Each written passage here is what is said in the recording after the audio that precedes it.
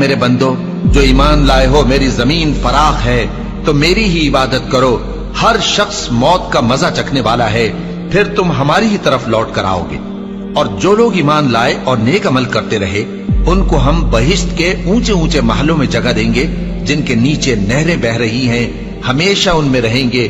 نیک عمل کرنے والوں کا یہ خوب بدلہ ہے جو صبر کرتے اور اپنے پروردگار پر بھروسہ رکھتے ہیں۔ اور بہت سے جانور ہیں جو اپنا رزق اٹھائے نہیں پھرتے، اللہ ہی ان کو رزق دیتا ہے اور تم کو بھی، اور وہ سننے والا ہے، جاننے والا ہے۔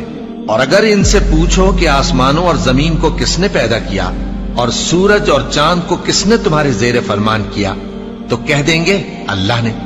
تو پھر یہ کہاں الٹے جا رہے ہیں؟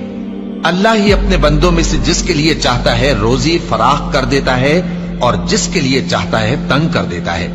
بے شک اللہ ہر چیز سے واقف ہے۔ اور اگر تم ان سے پوچھو کہ آسمان سے پانی کس نے برسایا، پھر اس سے زمین کو اس کے مرنے کے بعد کس نے زندہ کیا تو کہہ دیں گے کہ اللہ نے۔ کہہ دو کہ اللہ کا شکر ہے، لیکن ان میں اکثر نہیں سمجھتے۔ اور یہ دنیا کی زندگی تو صرف کھیل اور تماشا ہے، اور ہمیشہ کی زندگی کا مقام تو آخرت کا گھر ہے۔ کاش یہ لوگ سمجھتے۔